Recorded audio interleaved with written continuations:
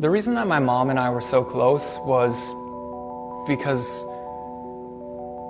I was a gift to her, and she was a gift to me. I remember being like 4 or 5 years old and walking down the stairs, and they had all these different Christmas lights on it. And I just remember when all the lights would be turned off and I would be always so scared at night. It was okay around the Christmas and the holiday season because it wouldn't be dark in the house. You know, there was always those beautiful colored lights. Every year for Christmas, we would literally have our decorations up for like 3 months. And every time we pulled out an ornament, we'd think about it. So I open up the box and I grab and I look in there and it says Little White Angel, and it just had a date on it. I just didn't know what that was, and I just remember asking my mother, like, what are these? Because why are there dates on these? She's like, those are your brothers. And I just was like, where are they? And she said, they're in heaven. So when I get to meet them, she said, they're looking out over you. I just remember going to my room that night and crying. And I just wanted to meet them. Apparently they were with me, but I didn't. I just wanted to hug them. So the relationship with my mother was close because she had lost 2 children previously. She was just there for literally everything in my life. She would make sure I got to school. She would make sure I get to basketball, choir. She's been that rock. She's always been there. I know that regardless of what I do, that she'll be there to love me. There's been occurrence of infant mortality in my family. And I think that the way that losing both of my brothers affected her was it gave her a view of the world that no matter what you do and how hard you try, that you don't have any say over what happens in life. Even if you do everything right and you cared so much, that you can't change the outcome.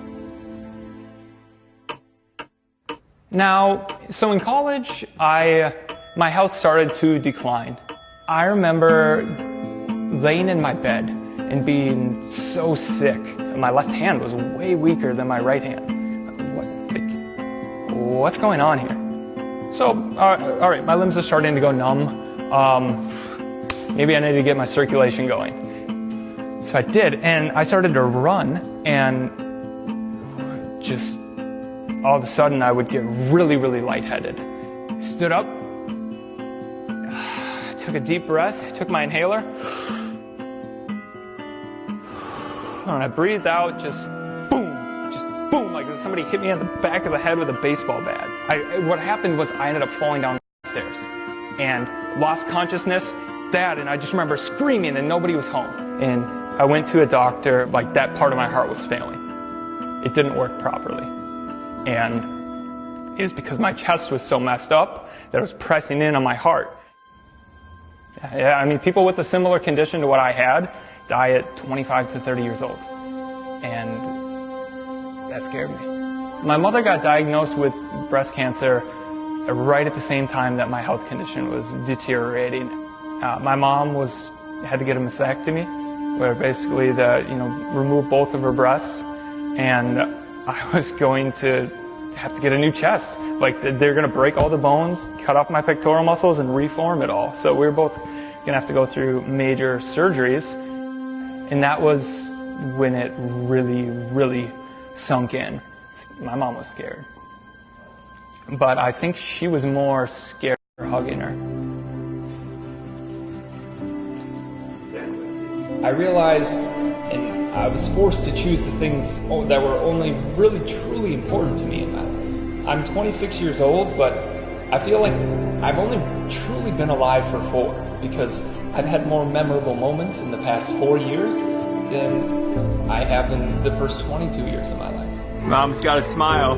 She had just gotten her surgery. Everything turned out to be fine. We'll be with them this year for Christmas, and my family collected memories in the form of ornaments.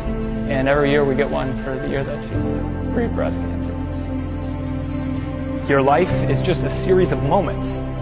And we all have a limited amount of moments left, but we take for granted how many we have left. But when you get closer and you realize there might not be that many left, now it's different. and you say, well, God, I got to spend those really good with me because of what had happened. She had lost both of her baby boys, and she was afraid of losing me. I just remember her before I went into the operating room, just being there. But she was there to just hold my hand and tell me that I was okay.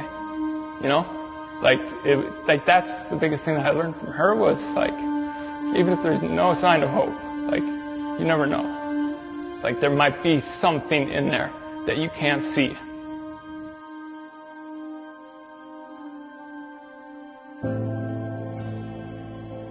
I woke up and I had no problems. Never had a heart rush again. Had all the control in my limbs. Hi, sweetie. How you feeling? Wiggle your toes for me. They're so cute. I don't remember any particular conversations. I just remember